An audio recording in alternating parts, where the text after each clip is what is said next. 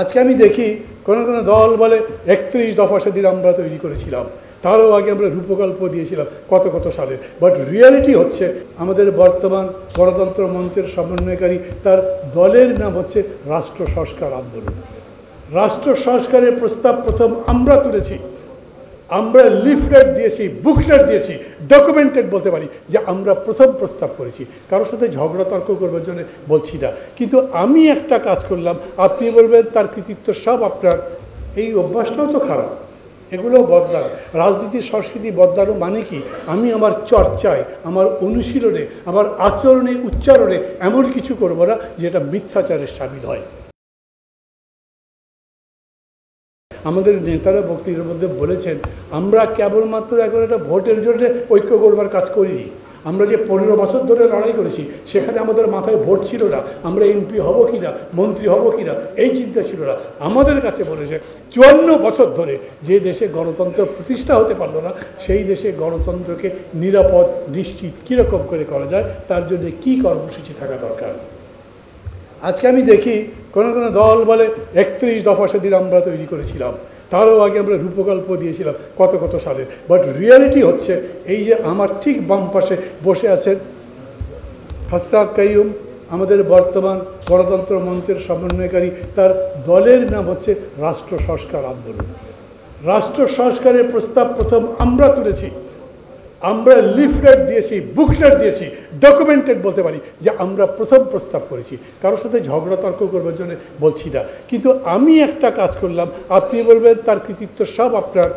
এই অভ্যাসটাও তো খারাপ, এগুলো বদলান। রাজনীতির সংস্কৃতি বদলানো মানে কি? আমি আমার চর্চায়, আমার অনুশীলনে, আমার আচরণে, উচ্চারণে এমন কিছু করবো না যেটা মিথ্যাচারের সামিল হয়।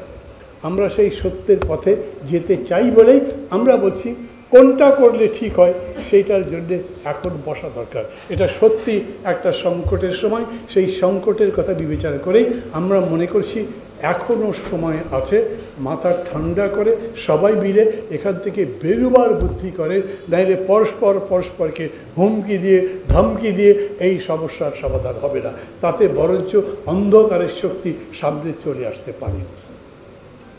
আমরা যে 9টা দল মিলে এখানে সভা করছি কেন? অনেকে অনেক রকম কথা বলতে পারে। আমি একটু আগে আপনাদের বলেছি, আমি আবার সূচনা বক্তব্যের সবাই বলেছিলাম, এখন আবারও বলছি, গণতন্ত্র মঞ্চের সঙ্গে বিএনপির সাথে নির্বাচন কিভাবে হতে পারে সেটা নিয়ে কথাবার্তা শুরু হয়েছে মাত্র। আমরা সেই কথাবার্তা চালাবো। এখন নির্বাচন মানেই আসন বন্টন কিন্তু নয়, নির্বাচন মানেই কোন লক্ষ্যে নির্বাচনটা করছি, এই নির্বাচনের মধ্যে দিয়ে আমরা কি অর্জন করতে চাই, কিভাবে অর্জন করতে চাই, কিভাবে গণতন্ত্রকে একটা শক্ত ভিত্তি দিতে চাই, এই সমস্ত কিছুই তার মধ্যে আলোচনায় আসবে। এবং তার মধ্যে অবশ্যই প্রার্থিতার প্রশ্ন আসবে, সেই আলোচনাও আমরা করব। এবং সেই প্রার্থিতার বিষয়েও যখন আমরা আলোচনা করব তখন one party rule by dictation nothing will be done. Very simple. আমরা দেখতে চাই যে আমরা সেই রকম একটা নেতৃত্ব নির্বাচনের কাজ করছি যেটা আমাদেরকে গণতন্ত্র নিশ্চিত করতে পারে। এটা চলবে, এইটা চলবে বলে আমরা গণতন্ত্র মঞ্চ 6টি দল আরও 3টা দলের সঙ্গে কথা বলতে পারবো না তা তো নয়, আমরা তাদের সাথেও কথা বলবো, আমরা একসাথে চলবো, চা খাবো, হাঁটবো, মিছিলও করবো, মিটিংও করতে পারি। আমরা গণতন্ত্র মঞ্চ যখন গঠন করেছিলাম তখন আমাদের মধ্যে কথাবার্তা এরকম ছিল, আমরা হাঁটতে থাকি না, এই স্বৈরতন্ত্রের বিরুদ্ধে লড়াই তো করতে হবে, সেই লড়াইটা আমরা হাঁটি পা করে চলতে চলতে বিশাল মিছিলে রূপান্তরিত করবো এবং গণপ্রত্যাহারের মধ্যে দিয়ে এই সরকারের পতন ঘটাবো। ঘটেছে তাই। আমরা যারা ছিলাম তারাই করেছি, তারা আমাদের সাথে সবাই যুক্ত হয়েছে অথবা আমরা অন্যদের সাথে যুক্ত হয়েছি, একটা সম্মিলিত শক্তি শেষ পর্যন্ত ফ্যাসিবাদকে পরাজিত করতে পেরেছি। তখনই আমরা বলেছিলাম আমাদের লড়াই কেবল এক দলকে বদলে আরেক দলকে ক্ষমতায় দেওয়ার জন্য নয়, আমাদের লড়াই হচ্ছে মূলত সমাজটাকে বদলে দেওয়ার জন্য, দেশটাকে বদলে দেওয়ার জন্য, রাষ্ট্র ব্যবস্থাকে বদলে দেওয়ার জন্যে। আমি মানি আমাদের অর্থনীতির গুণগত পরিবর্তন করা, মানুষের জীবনমান উন্নত করা, জীবনকে সুখকর করা, জীবনকে উপভোগ্য করা, রাষ্ট্রকে একটা বাসযোগ্য বাসভূমি বানাবার জন্যে যে লড়াই আছে সেই লড়াই, সেই সংস্কারের মধ্যে আমরা যেতে পারিনি। 15টা কমিশন হয়েছে, তার 6টা কমিশন নিয়ে মাত্র আমরা কথাবার্তা বলতে পেরেছি। অর্থনীতির একটা রিপোর্ট হয়েছে, সেটা সরকার দেখেছে পড়ে মনে হয় না। যেটা আছে ম্যাস মিডিয়া বা কমিউনিকেশনের যে সংস্থা আছে সেগুলোর উপরে কোনো রকম রিপোর্ট দেওয়ার পরেও সরকার সেটা পড়ে দেখেনি। অর্থনীতির সাথে সাথে পুলিশ বাহিনী, আইন শৃঙ্খলা, কোনো কিছুর ব্যাপারে সরকার কোনো কিছু করতে পারেনি। আমরা কেবলমাত্র রাষ্ট্র সংস্কার, আইন, সংবিধান এগুলো নিয়ে ব্যস্ত ছিলাম এবং সেই কাজেও আমাদের এই সরকার কোনো সাকসেস দেখাতে পারেনি। এখন কি পরিস্থিতি দাঁড়াবে? 2 মাস পরে যদি নির্বাচনের স্কেজুল দেওয়া হবে, আমি লিখে দিতে পারি এই সরকারি উপদেষ্টাদের ফোন করে পাবেন না, হয়তো দেখাও পাবেন না। ওরা মনে করো যত তাড়াতাড়ি বিদায় দিতে পারি তত ভালো। আগেও এরকম ভাব করতো 3 লাখ টাকার ভেতরে আমাদের চলে না, বরঞ্চ আগে প্রাইভেট জব করতাম, কাজ করতাম, তাতে ইনকাম বেশি করতাম। আর এখন তো মনে করবে আমরা ডিসক্রেডিটেড হয়ে যাচ্ছি, আমাদের নামে দলবাজি করার, দলের সাথে এমনকি ঘুষ দুর্নীতির সাথে যুক্ত হবার পর্যন্ত অভিযোগ আসছে। অতএব যত তাড়াতাড়ি চলে যেতে পারি ততই ভালো। এখন দায়িত্ব আমাদের। আমি বেশি করে বলি রাজনৈতিক দলগুলো, তার মধ্যে বলি বেশি করে বিএনপি, তার মধ্যে বলি যাদের সঙ্গে এই 6 মাস আগেও দেখা হলে সালাম বিনিময় পর্যন্ত করতাম না, সেই জামাত ইসলামী। আমাদের দায়িত্ব আছে। সেই দায়িত্ব আমরা সবচাইতে সংকটের সময় করেছিলাম, যখন 31 অক্টোবর 88 অক্টোবরের পরে রাস্তায় বেরোনো যাচ্ছিল না, তখন আমরা বেরিয়েছিলাম। গণতন্ত্র মঞ্চ সমস্ত মিছিলে থেকেছে। এই যে একটু আগে সাকি বললেন রাস্তার মধ্যে পড়ে ফেলে দিয়ে পিটিয়েছে, কিন্তু আমরা পথ ছাড়িনি। এখন আমরা একই কথা বলছি, আমরা জানি এখন আর রাস্তায় পুলিশের সাথে মারামারি করবার লড়াই না, কিন্তু এখন বুদ্ধিবৃত্তির লড়াই, এখন জ্ঞানের চর্চা, এখন দেশকে পথ দেখানো, কোন পথে গেলে আমরা সত্যি সত্যি গণতন্ত্রের পথে, সমৃদ্ধির পথে, সুষম বন্টনের পথে এবং বৈষম্য বিরোধী একটা দেশ বাড়াতে পারি, তার জন্যে আমরা চেষ্টা করব। সেই পথে আমরা একসাথে 9টা দল হাঁটবো, এটা আমাদের ধারণা। আমরা নিজেদের মধ্যে কথা বলেছি, আনুষ্ঠানিক সিদ্ধান্তের কথা হচ্ছে না, কিন্তু আমরা নিজেদের মধ্যে মত বিনিময় করব, কথা বলবো, সেমিনার করব, হাঁটবো এবং চলতে চলতে আমাদের মধ্যে যদি আরও বৃহত্তর ঐক্য হয় সেটা তো সবার জন্যই ভালো হবে। তাতে বিএনপিরও অখুশি হবার কিছু নেই, অন্য কারো অখুশি হবার কিছু আছে বলে আমি মনে করি না। আমাদের সাথে যদি নির্বাচনী সমঝোতা বিএনপির হয়, যদি এনসিপির সাথে বিএনপির নির্বাচনী সমঝোতা হয়, হতেই পারে, একসাথে হতে পারে, আলাদা করেও হতে পারে, এবং সেটা হবার পরেও যাদের যাদের সমঝোতা হয়েছে তারা নিজেদের মতো করে আমাদের রাজনীতির চর্চা করতে থাকবো, এটাই চলবে। কারণ আমাদের প্রত্যেকেরই আলাদা করে বাংলাদেশকে একটা গণতান্ত্রিক দেশ হিসেবে, একটা কল্যাণ রাষ্ট্র হিসেবে গড়ে তোলবার কর্মসূচি আছে এবং সেই কর্মসূচি পরিশ্রম করা উচিত। এমন না আপনি যা বলছেন তাই ঠিক, আমি ছোট দল হলেও আমার মধ্যে যে সত্য নাই, সঠিকতা নেই, এই কথা তো বলা যাবে না। অতএব চর্চাটা অব্যাহত থাকতে হবে। Democracy is a discourse of opposition.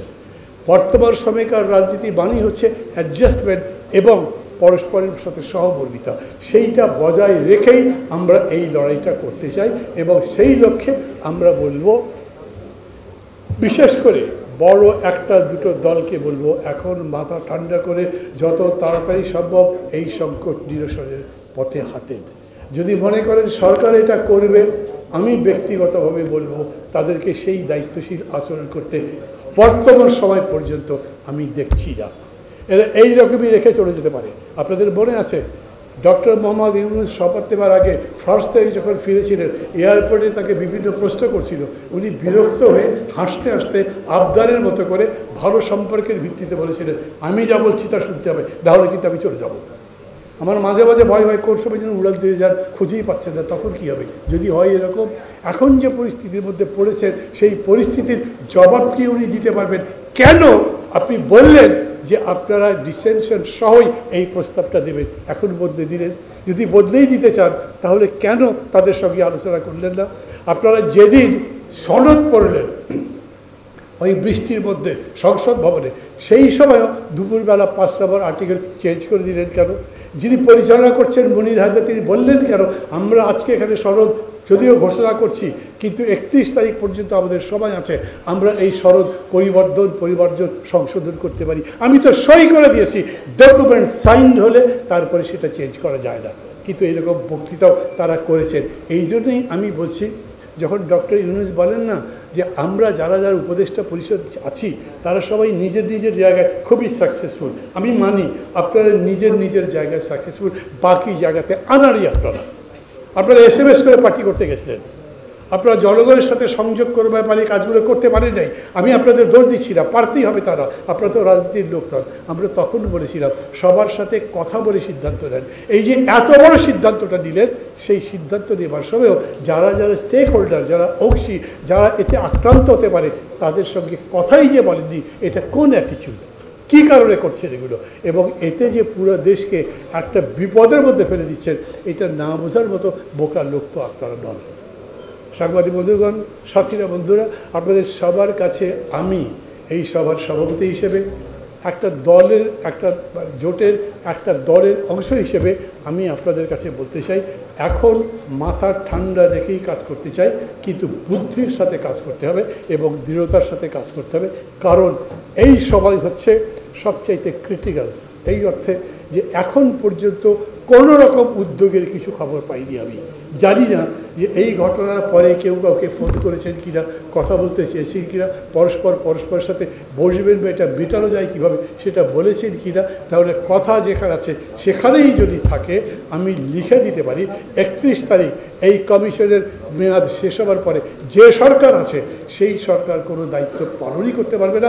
এদের বেশিরভাগের নামে তো অভিযোগ আছে বিভিন্ন ধরনের, ইতিমধ্যে অভিযোগ উঠেছে, তাদের পদত্যাগের দাবি উঠেছে, বলা হয়েছে এদের বাদ দিয়ে নতুন করে দরকার লাগে উপদেষ্টা পরিষদ করে, কেউ কেউ জাতীয় সরকারের কথাও বলছে। এই একটা বড় ক্রান্তির সময়, সমগ্র জাতি ঐক্যবদ্ধ থাকুক।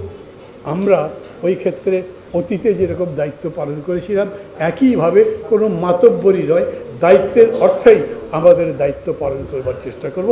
আপনাদের সবাইকে ধন্যবাদ।